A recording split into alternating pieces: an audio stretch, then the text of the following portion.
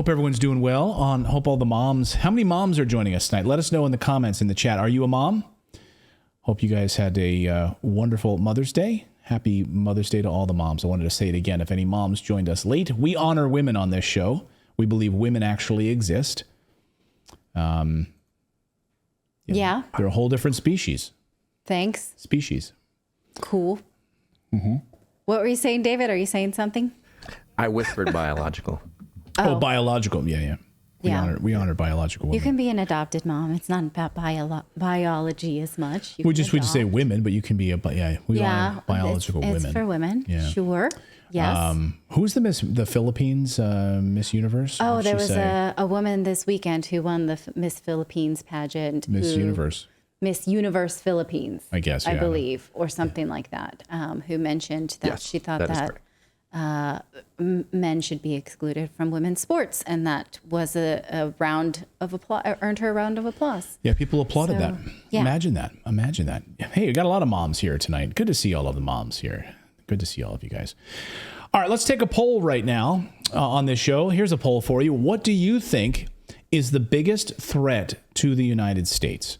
Is it the collapse of the family? Is it the collapse of the middle class? Is it the national debt? Is it the tens of thousands of illegal military-aged men pouring across the southern border in the United States and coming through Canada as well? Well, President Biden has his answer, what he thinks the biggest threat to the United States is. Listen. To stand up against the poison of white supremacy, as I did in my inaugural address, to single out as the most dangerous terrorist threat to our homeland is white supremacy.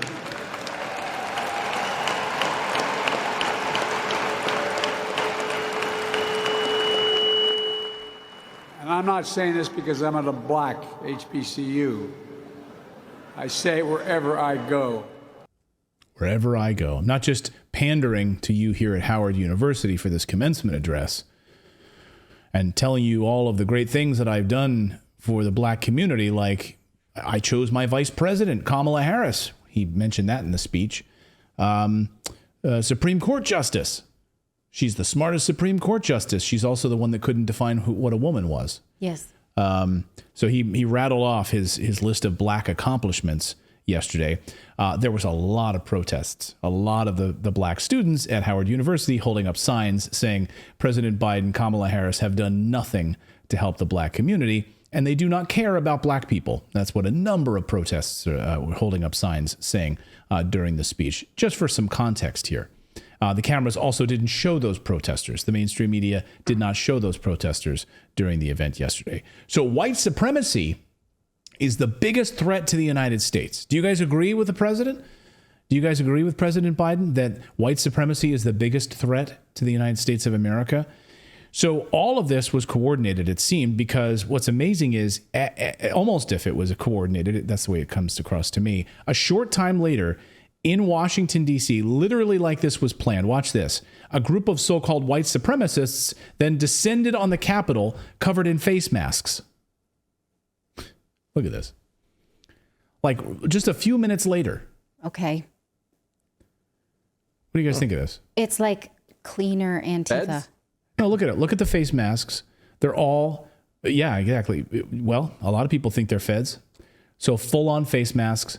Perfect uniforms. They've all got the same hat. Who paid for all the flags? They're all being filmed, and they're all marching and walking in the same way.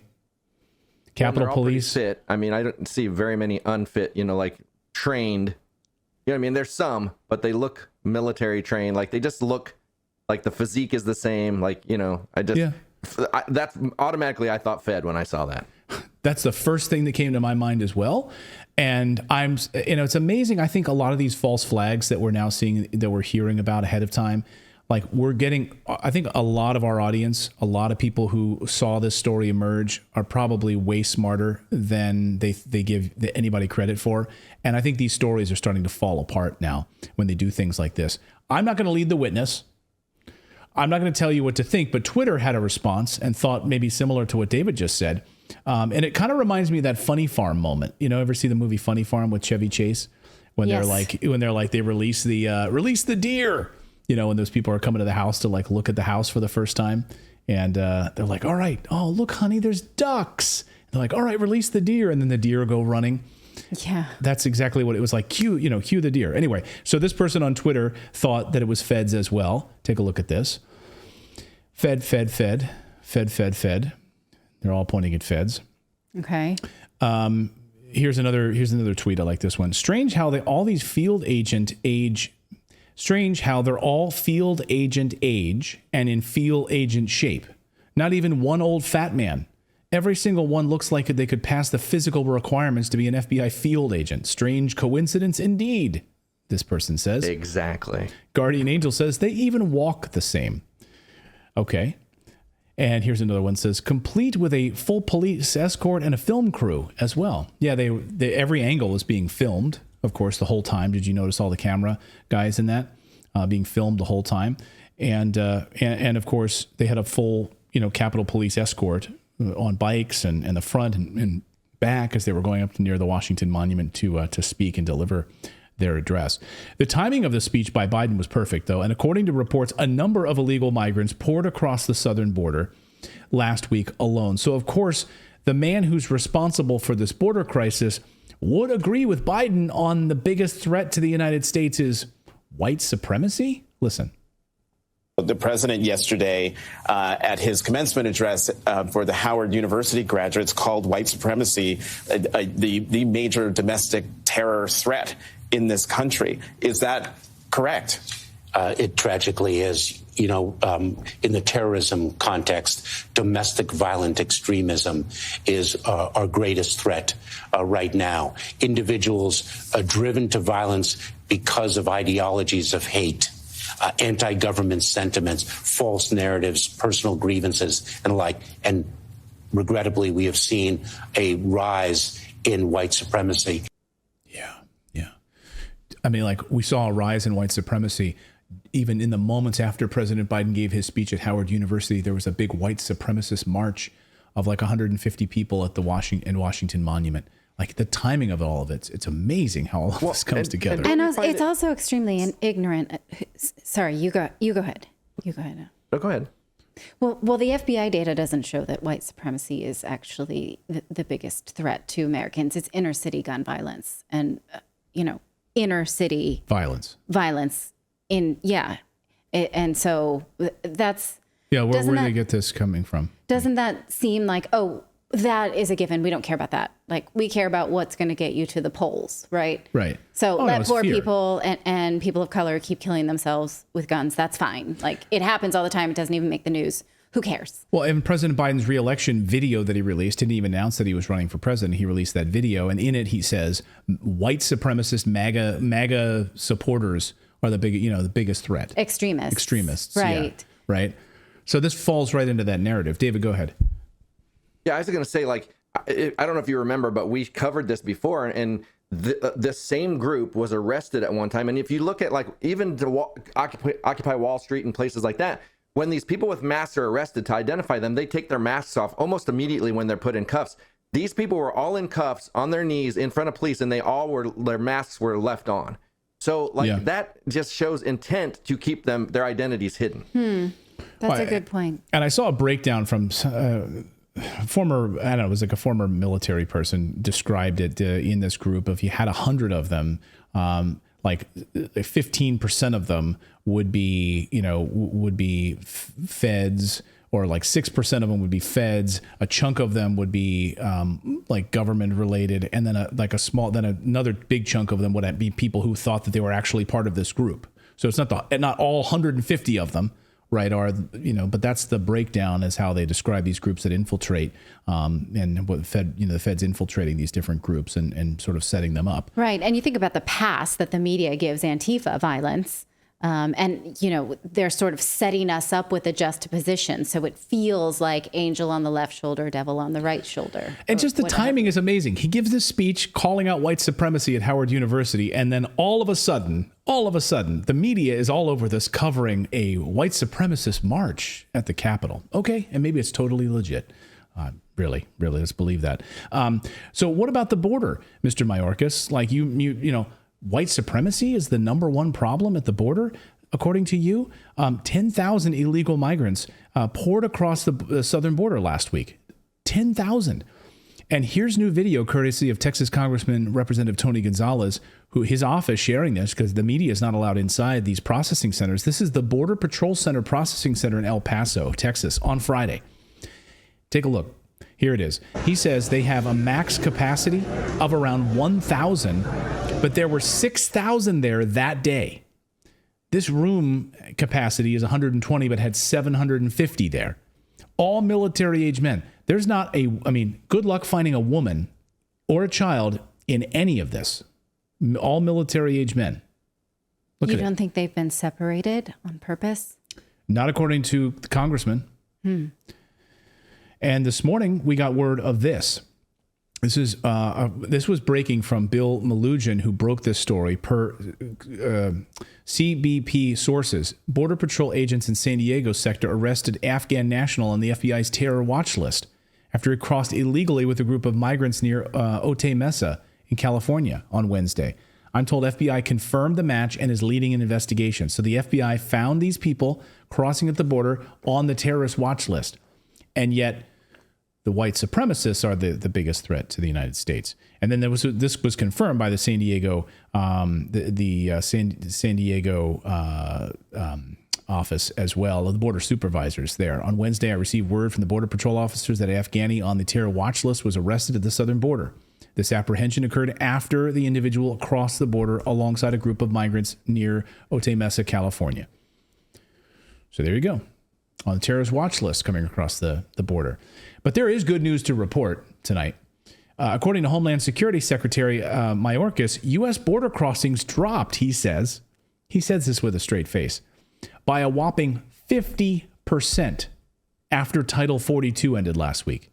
Mayorkas made that claim on national television. Listen. Do you have numbers? I mean, how many have been released without a mandated court date? So we released a number because of the surge that we experienced before Title 42 came to an end. Now, with the 50% drop in the number of encounters at our southern border, we are executing our consequence regime exactly as planned. Okay, so 50%. Can you believe it? I mean, it's like overnight they've managed to stem the tide. Mayorkas conveniently omits the number of illegal immigrants they've released into the country without court dates or the ability to track them. Many are getting court dates, though. So there are a lot of these men, these illegal immigrants that are getting court dates handed them. But look at this. Years in the future. You can't make this up. According to these reports, these migrants are being given court dates to appear. Look at the date on your screen. That's when they have to appear in court. So what do they do between then and now? Just settle in for 4 years. 4 years. 2027, for those of you listening to the audio version of this podcast, it said April 13th, 2027 is when you have to report to the court. So spend 4 years doing whatever you want to do and then come see us. It's unbelievable. And of course, I don't know what Mayorkas is smoking, because even Democratic Governor Kathy Hochul of New York says that New Yorkers are being squeezed. They're at their limits, and all of the thousands that have come in over the past few weeks, they don't have the room for them. Listen. Well, Reverend Al, hearing the numbers going down is good news, but it's small comfort to us, because the word we're getting is that the majority of these individuals who are crossing, and still high numbers, are coming to New York State. And we already have over 61,000, over 40,000 housed in New York City. They're bursting at the seams, and Mayor Adams is doing the very best he can in a difficult situation. Yeah, bursting at the seams from a Democrat saying that in New York, not even at the border, because they're being bussed up there. So don't fall for this propaganda. Here's Jay Johnson. He was the former Homeland Security Secretary. He said that he was excited, not excited, he was upset and had a bad day when we found we had 1,000 apprehensions. He's like, I can't even wrap my head around 4,000 per day is what's happening. Listen. My staff will tell you if it was under 1,000 apprehensions the day before, that was a relatively good number. And if it was above 1,000, it was a relatively bad number, and I was going to be in a bad mood the whole day. On Tuesday, there were 4,000 apprehensions. I know that 1,000 overwhelms the system. I cannot begin to imagine what 4,000 a day looks like. So, yeah, can you imagine? No, neither can he, clearly. I want to give Owen Schroyer a shout out, who's at the border. He's done some amazing coverage, and he last night posted this video capturing these buses that are rounding up these migrants under the cloak of darkness. The media is really not allowed. They're blocking them with buses. You can't even see where they're taking them, rounding them up and then driving them off into the United States at different locations all over the United States. And if you track them via cell phone, it's not just Texas. Oh, it goes to Denver, Colorado. They're being overwhelmed. New York, Chicago, all parts of the middle. What do you call the middle of the country? Where the I used to Rocky live? States? No. Midwest. I can't, like my brain fried. Not the Rockies, the Midwest, the East Coast, West Coast, Midwest, all over. And here he is last night with these buses, watching these buses just drive off. Watch this amazing moment. Ladies and gentlemen, this bus, they have dozens, if not hundreds of these buses all throughout El Paso, all throughout Texas, taking illegal immigrants everywhere. And it's more important to protect the illegal immigrants and drive this bus through a ravine across the border so they can get them on without the American media seeing them. And this bus is going to take them somewhere deep in the heart of Texas, drop them off. But Border Patrol tells us the border's secure, nobody's crossing, nobody's coming in illegally, as it happens right in front of our face. Move back. Move back. Move back. Yeah, get out of the way and move back.